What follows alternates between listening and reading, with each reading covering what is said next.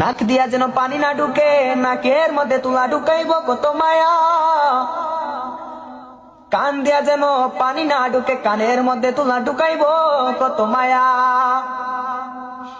বেশি ঠান্ডা পানি দিয়ে গোসল দিব না, আবার বেশি গরম পানি দিয়ে গোসল দিব না, কত মায়া।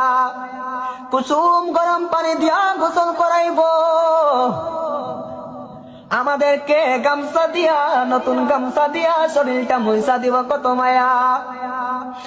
বাজার থেকে নতুন কাপড় আনবো, কাফনের কাপড় আইনা আমাদের শরীরে লাগাইব, কত মায়া।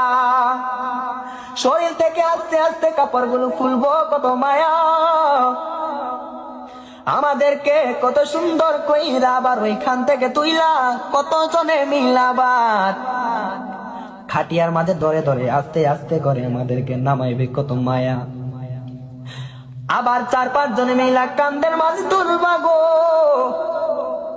কান্দের মাঝে তুইলা ওই লাশটাকে এমন ভাবে মায়া কইরা জানাজার মাঠ পর্যন্ত নিব, কত মায়া। জানাজার মাঠে নিয়ে আসতে কইরা আবার নামাইব, কত মায়া। জানাজার মাঠে হাজার হাজার শত শত মানুষ দাঁড়িয়ে থাকবো তোমার অপেক্ষায়, কত মায়া। মায়া রে মায়া। মানুষগুলো সবাই উচ্চ সুরে একই সাথে বলবে কোন লোকটি ভালো ছিল, কত মায়া।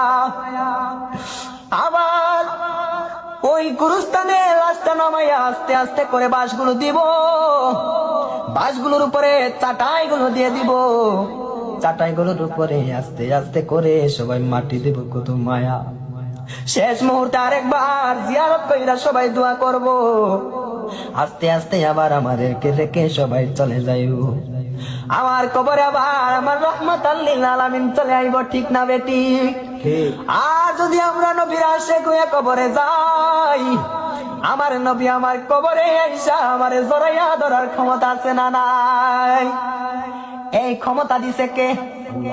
এই জন্য আমরা নবীর উম্মত হয়েছি, আল্লাহর বান্দা হয়েছি। মুসলমান হওয়ার কারণে তো মায়া, কথা কোন ঠিক না বেটি?